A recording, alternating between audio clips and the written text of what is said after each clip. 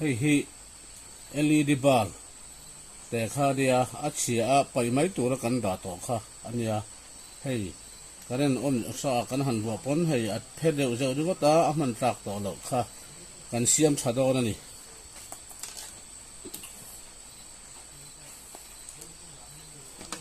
hei te hi kar hon ngai ve thina khalai te hi han kar hon ve hi ngai thina kan kar hong ta hu khoti khu ania a cherai khu kan jong do na ni ol sam te in test na ha hei hian hei te hi a mo le lam a wa pi lon hian kan jong do na ni a cherai ta hian kan vua leang phim khu takin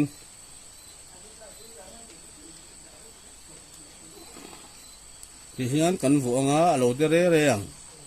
ti chuan apang le lam a hian kan dep chhinanga chelai kan helor ani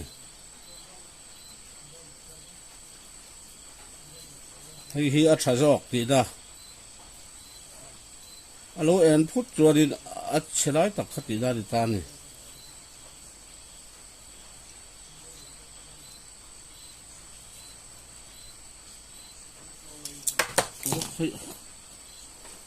a nget lo pala a vua kha kan vua thaleang nget chatin kan jong thaleang hei hinin ka sia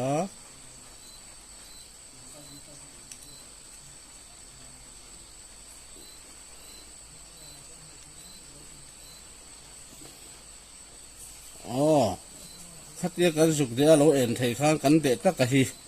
a chia ti na ni ta chu ni ta ni chuan a chia kha kan chin chiang chuan kan thonanga electric kan off anga kan thonang chuan khami chia kha hei te hi helai a eng te hi a tuam tu eng te hi kan not kha be kan ki hian fai de win chem siam te khang kan me kha anga chu then khat chuanin hetiang uer chunga mi dar zai te khan hloma ta hianin an juk da i selite pinamo hetiang tep sen ang chi hianamo an juk char kha ania keini chon kha aya ol sam kha kan hmang mai do na ni khatia char kha a char na te lo nget lowa tlak le chonin a thim le thina nga lak lo lai thim le tur kha nia chu ma chuan hei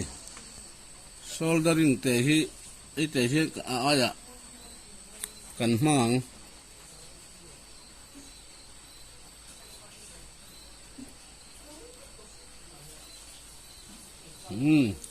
thì khang kan juk spot zawang a en thei ta em ti kan en do na ni hei lo eng ta a thata ti na ni ti khan hei a eng theya chuan he ta chiturin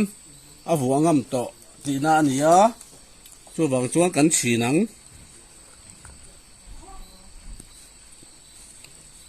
kan chinanga heng lai vel kha lo nge lo pal chuan super glue emo sebaku ke mo te khan kan spot zawang heng lai kira te khan a nge na turin a kha tok em ti khan electric bulb tha sit thei kha lo ni tamaya ti chuan ti hian mani in kan repair thei ta veka om huna repair man choi po ngai lo ti khanin mi pa ngai le ngai to na mang thiam ta chuan electric sit tlak kha khan kan lo chhuale ta ani khati jong kha ni e non la jeu ta oi khati kan vuak kha a eng thei ta kan lo me